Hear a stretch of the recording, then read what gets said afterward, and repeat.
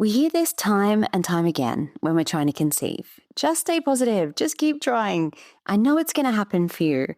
And it gets to the point where you feel like you have to think positively in order to manifest what you want. But that's not how it works. And to be honest, it's not even possible to think like this all of the time. So on today's episode, we talk about what you should do instead. Welcome to your journey to fertility. This is the podcast that blends both science with spirit to give you all the tools you need as you navigate your fertility journey. I'm your host, Jennifer Edmonds, and for the last 15 years, I've been helping women on their journeys to motherhood and beyond. I believe that combining the latest scientific research along with the best energetic and mindset practices will help you to avoid putting your life on hold and bring you closer to your baby. Here each week, you'll learn ways to support your fertility and trust your body so you can stop stressing that you'll never have a baby and finally walk your path to motherhood. This is the Your Journey to Fertility podcast. Hello and welcome back to the podcast. Thank you so much for joining me today. As this podcast is released, it is Tuesday, the 28th of January. And I am delivering the first day of my free 3-day live fertility yoga series. Now, it is not too late to join. If you are listening to this in real time, you can still jump onto the registration list. We are running practices each day until Thursday. Just visit the link in the show notes, which is elementpilatesyoga.com/waitlist to get all of the details. These practices, if you can't join live, will be sent to you as replays afterwards. So if you're on a different time zone or you're at work or things just don't match up for you to join live, do not worry. You can get all of those catch-up replays when you need to.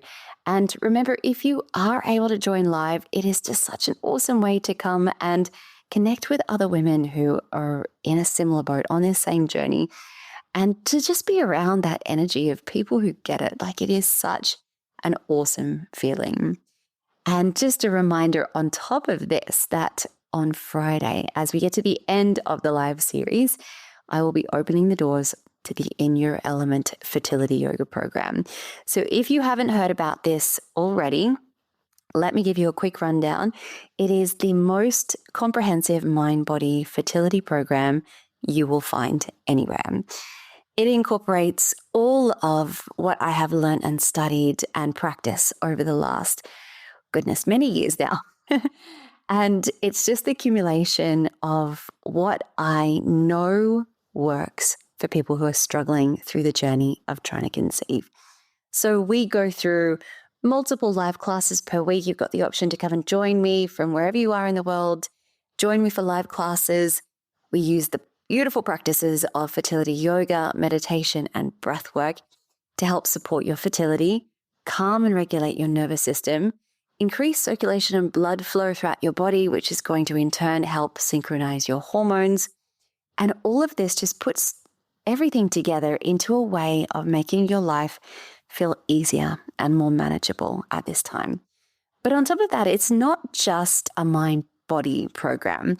It is very practical and very useful in other ways at the same time. So for example, we have a fertility nurse on staff, so you can book in a one-to-one with her and get all of your questions answered. We do ongoing live workshops with fertility doctors, nutritionists, naturopaths, therapists, you name it. I have had so many incredible workshops with specialists over the years, and it is your chance to ask your questions direct to all of these experts yourself. So it is such an awesome program, if I do say so myself. I get so excited to open this up to people, and I only open the doors for a few days. I like to keep the group size quite contained, just so I can make sure to give you the most amount of personal support that you need on this journey. So if you're interested in any of that, want to learn more, have a look at the link in the show notes, and that will connect you to the registration page for my live series. And then I'll send you everything you need to know from there. So today we are answering the question that I get asked a lot with my fertility students, and that is, do I need to think positively all the time in order to get pregnant? So the big answer to this is no, you do not. But it isn't quite that simple, because we get told a lot that, what we think about and what we put our energy on is what we manifest. And we get confused because we think that, if our thoughts are going to manifest our reality, then we need to think positive thoughts all the time. But that's not quite it. That's not exactly how it works. It isn't your thoughts that bring about your conscious reality. It's your subconscious beliefs and the actions that you take because of these beliefs that bring you what you have in your life. Let me explain. That's a bit of a tricky one to get your head around, I know. So first of all, I want to point out there are no studies that link negative thoughts with infertility or pregnancy loss or anything else related to having a baby. But there are several studies that link mindfulness and increasing the mind-body connection with better pregnancy outcomes. But this is not the same as thinking positively, because in reality, we can't stop negative thoughts when we're on this journey. I mean, how are you going to think positively when you've just found out an embryo transfer hasn't been successful? This is not possible. These negative thoughts are going to keep coming no matter what you do, whether you like it or not. But here is where you can start to make a difference. Do you actually believe these thoughts? Most of the time, our thoughts are just our fears on repeat. They're going around and around. They come up every time you're met with something that confirms these fears. Your brain just goes, this is your reality. But it isn't exactly your reality because thoughts are not real. They're not your reality. And let's use a silly example. So think about something ridiculous like, okay, I'm going to wake up tomorrow morning and there's going to be a purple elephant in my living room. So now you're picturing a purple elephant in your living room, but it's just a thought. You know it's not real. You have a choice here to go, oh, okay, well, that's just a silly thought, right? But we don't do that when it comes to our fears and the things that we think are scary. If you haven't listened to it already, the episode that I released last week about fear and how to get out of this state of fear when you are trying to conceive is a really, really good one to go back and listen to if you haven't already. That's going to explain what fear does to your body and how to get out of that sort of constant loop. And this episode follows on really, really well from that. So when you have a scary thought, let's use something fertility related, like, is cramping 8 days past ovulation bad? So you think, okay, I'm getting my period. Okay, I'm going to start to see some spotting soon. What do you do when you have that thought? Do you start Googling? Do you start obsessing over every little tiny symptom that you can see within your body? Are you freaking out and letting those thoughts totally consume and control you? This is where we start to bring something into our subconscious mind. So it's no longer just a thought, because thoughts are just thoughts until we hear them so many times that they now become a belief that you have about yourself. You don't even question it anymore. So think about things that were once thoughts that are now so ingrained in you that they are a belief. Like, I am a woman. When we were very young, we didn't really know the difference between male and female. It was just something that was told to us. So we had to think about that. But over time, we learned that this is who I am. Thoughts are only going to become your reality when you repeat them to yourself so many times that you don't even question them anymore. So it is the action you take when you have these thoughts that makes the difference, and it breaks that cycle, again, that fear cycle that we spoke about last week. So instead of obsessing, how about you take a moment just to check in with your body and ask, is this actually true? Is this a thought that I have out of fear because someone has told me this? Is it something that I've seen come up with other people who have been struggling to conceive? Question where the thought comes from. You have to break the cycle somewhere, and I like to use action as a way to do this. So instead of going, oh my goodness, I've got cramps, I'm about to get my period, I'm going to find someone on some Reddit thread from 2.5 years ago that had the same symptoms as me, and I'm going to find someone who was pregnant, even though I don't think I am right now. Do you know what I mean? Like we go down these crazy rabbit holes, don't we? So really make conscious choices about what you do next. So perhaps take a breath, ask yourself, okay, I've had cramps before. It's meant this, it's meant that, but I don't know exactly what it means this time. I'm going to choose to trust my body. I'm going to choose to trust this outcome. And when I know the outcome of this cycle, then we can make a new choice as to what to do next.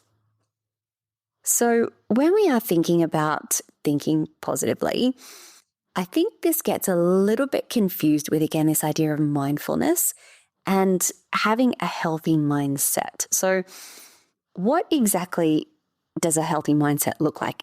And how is this different to thinking positively all the time? So the difference is quite nuanced. And I want to start by really mentioning here that we're not trying to ever suppress these negative thoughts because they're just going to keep coming. They will keep coming and coming, and you will just make them louder the more you try to push them away.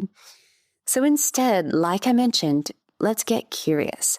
If there's something that keeps coming up over and over again, let's question where it's coming from. There's an amazing exercise that you can do called The Work from a wonderful lady called Byron Katie. You can look her up.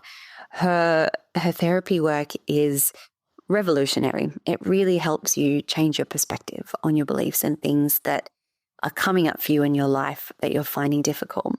This is a really simplified version of the work, but it's a really good way to really check in with these returning and recurrent thoughts. So first of all, where does this thought come from?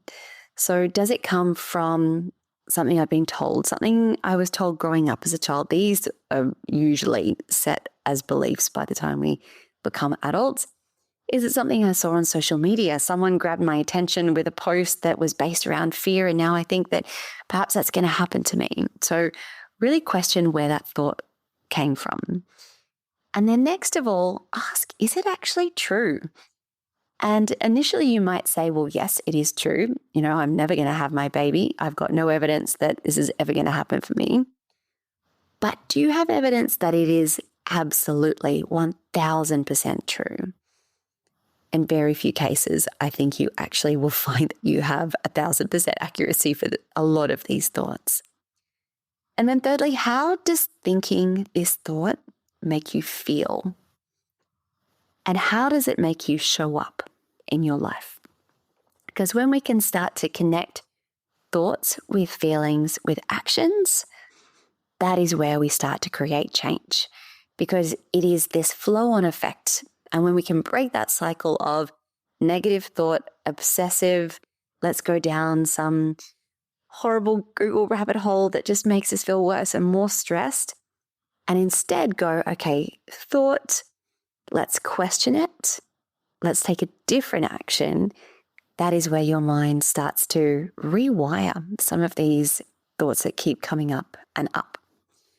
And then lastly, is there a kinder and more compassionate way to think about this? So what would you say to a really close friend if they came to you and said, I'm having these thoughts? What would you say to them? You're probably not going to say to them, well, you are too old. Well, you've missed your chance. Well, you should have met your husband 10 years sooner. Like all of these things, you know, we can't change them, and we would never treat a friend like that. So question why you would let yourself be treated like that as well. The next thing I want to mention is about when positivity conflicts with reality. And this is what leads us into mantras.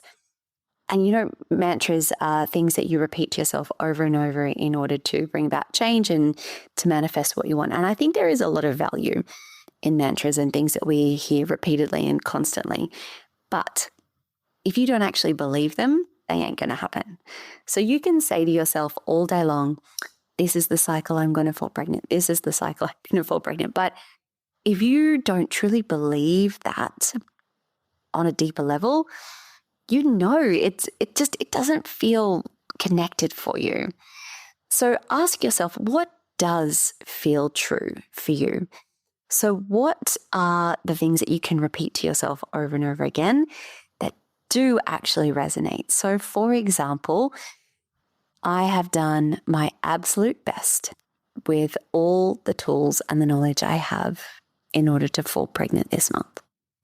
Or I have done everything in my power to support my baby coming through this month.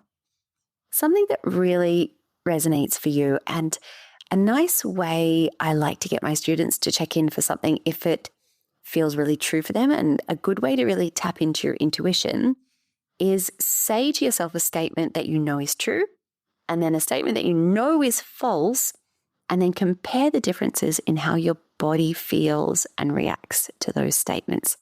So for example, you could say something like, I know that I feel great when I get 8 hours sleep a night, uninterrupted sleep a night, versus I know I feel great when I smoke 2 packets of cigarettes. I've never smoked 2 packets of cigarettes, but I suspect I wouldn't feel great afterwards. So you can really tune into your body when you say these statements and see how you feel. And that's a good way to use a mantra, is to know when your body has that positive response, it is something that feels true for you. So forcing these positive thoughts into your life when they don't really match your reality isn't going to be helpful. Another thing that I see a lot is, I get it, so many students that say, look, I just don't think it's going to happen for us. I just know this cycle isn't going to be successful. And so many of my students, they say they experience this feeling of it never going to happen. But is it really a feeling, or again, is it just a thought? Please remember that your brain loves predictability. This was one thing I spoke about in that last episode about fear, where I mentioned my dad and his very predictable routine and cycle that he goes through each day. So your brain loves things to be the same, and it likes to be able to refer and compare back. It's just part of our survival instinct. It's a really good way for us to go, this is safe, this isn't. So that means that your brain is going to calculate what it thinks will happen based on what has already happened in the past. So if you've never had a baby in the past, your brain's not likely to expect that you will next month. But this isn't you being pessimistic. It's just the way that your brain works. So it's important to understand that it isn't what you feel, or it isn't your reality. It is just a thought. And here's the thing that is super important for you to understand. Your brain is often wrong. Not all the time, because obviously it's done a pretty good job. You're a healthy, thriving, successful adult. You've done all right in life, but it does get things wrong all the time. Like, here's an example from today. So I went up to the ATM today to get some money out, and the machine was broken, but the screen is blank, and here's me shoving my card into the card slot over and over again. My brain's like, but this is how the ATM works. This is how it works. And it didn't. And it took me a few goes to realize, okay, well, the ATM is broken today. But my brain kept going, put the card in. This is how it works. My brain just wanted its lovely predictability. It wanted things to be the same. So that's what it's looking for. But my brain was wrong today. And I had to question my actions because they weren't giving me the desired outcome. And you need to do this too when you're coming up with these constant thoughts where you feel and you believe that everything that you're doing isn't enough, or everything that you've put into this cycle isn't going to be successful. You need to keep questioning and keep asking yourself, is this actually true? Or is it just your brain's way of saying, well, it hasn't happened yet, so it's not going to happen this time? But that word yet is where you want to come back to, because it hasn't happened yet. And that is a new thought to help you reframe where you're at.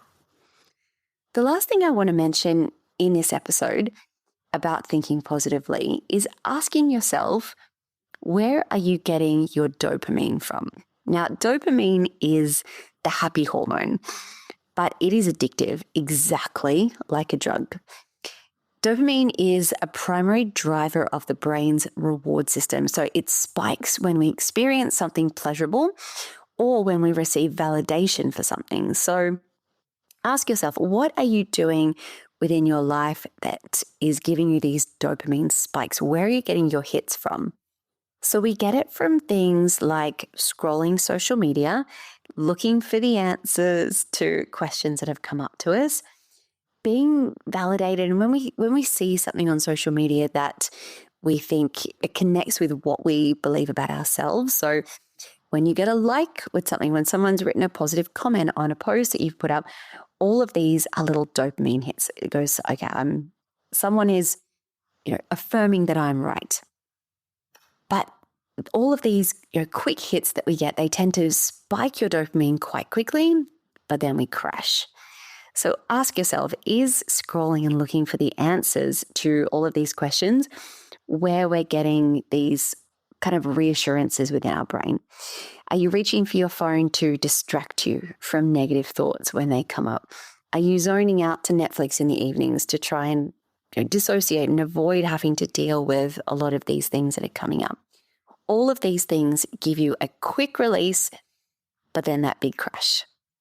What we want is a sustainable release of dopamine. And these are the boring things that we all know are good for us, like consistent sleep, getting regular fresh air, exercise, connecting with others, like actual human face-to-face connection. All of these things give us dopamine, but they are much, much better at keeping our dopamine levels stable and avoiding that spike crash of the levels when, you are much more susceptible to when you are going on things like social media to get these little pleasure hits from. So keep your mood stable by finding a nice, gentle routine for your body. Things that just bring you a gentle amount of pleasure without that kind of rush. And I think, we all kind of get it. We might pick up our phones to check the time or to send a quick message to someone, and then we see, oh, I've got 6 new emails. Oh, I've got 10 new Instagram notifications. Like, we get these little hits and then we get carried away. So just try and be really aware of where you are getting all of these hits from, because when you are consistently spiking and crashing, you aren't going to be able to deal with some of these more negative or scary thoughts that come up. Again, it goes back to a lot of what I spoke about in the episode last week. We want consistency. We want to be able to keep our systems regulated and supported, because what you're going through at this time is a lot. It's a big deal and it's really hard. Okay, I hope this episode has been helpful. I feel like I've gone off on a few tangents, especially with the ATM today. So if you have any questions, always feel free to reach out to me. You can email me, you can send me a DM at any time. Reminder that my fertility yoga program is opening this Friday for just a few days. So get on the wait list for that if you haven't already. Link is in the show notes. Now, on the next episode, we are speaking to my wonderful student, Kate, who went through a very long journey of secondary infertility. I have loved sharing so many of these different stories, these really personal journeys this month. It's so important to just see the wide variety of things that people go through. We think we're so alone when we are struggling in the depths of trying to conceive. And this conversation with Kate is a wonderful one. She was at the point when I met her where she'd tried a lot of holistic therapies. She was on the verge of starting IVF and going through fertility treatments. She was in her late 30s. She just felt like something was off, like that wasn't the right path for her.